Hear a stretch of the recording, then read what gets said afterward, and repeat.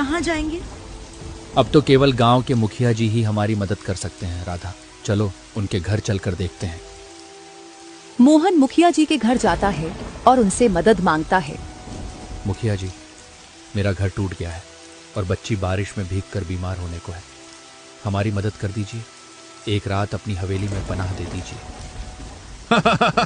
यहाँ देख, मेरे माथे पर बेवकूफ लिख राख्या है कि जो तू मुंह उठाए यहाँ चला आया।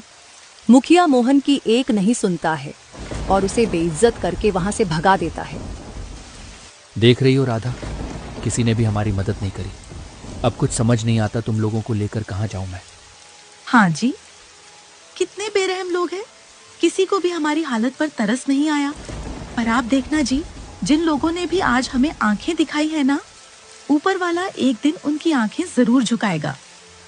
वे बेचारे इस भयंकर बारिश में भीग रहे थे और बारिश थी कि कम होने की बजाय बढ़ती ही जा रही थी। पापा पापा, वह देखो कंटेनर। हम बारिश में यहाँ क्यों खड़े हैं? क्यों ना उसके अंदर चले? कम से कम बारिश से थोड़ी राहत तो मिलेगी। उस कंटेनर को देखकर उन सभी को थोड़ी राहत भरी सांस आती है और वे जल्दी जल्दी उस कंटेनर की ओर जाते हैं। वे सभी उस कंटेनर में जाकर बैठ गए और बारिश के रुकने का इंतजार करने लगे। लेकिन बारिश थी कि रुकने का नाम ही नहीं ले रही थी।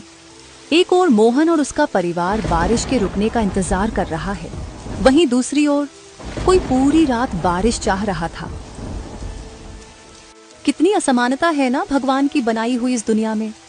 उन्होंने भूख में 2 दिन जैसे तैसे कंटेनर में गुजारे, लेकिन बारिश थमने की बजाय और तेज होती गई। चारों तरफ पानी ही पानी, बाढ़ जैसे हालात। और अब तो उस कंटेनर में भी पानी घुस आया था, जिससे पानी उनके गले तक पहुंच गया था। राधा, हमें यहाँ से निकलकर किसी ऊंचे और सुरक्षित स्थान पर जाना होगा। यहाँ रुके तो डूबकर मर जाएंगे। मोहन ने अपनी बेटी को कंधों पर उठाया और किसी सुरक्षित जगह की तरफ बढ़ने लगे।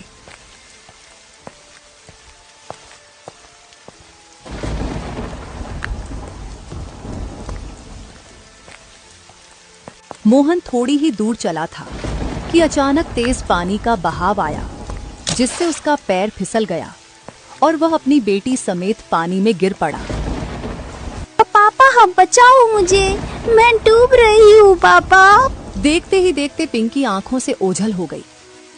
एक तो 2 दिन से भूखा परिवार और ऊपर से यह बारिश का कहर। बेचारा मोहन चाहकर भी अपनी बच्ची को नहीं बचा पाया।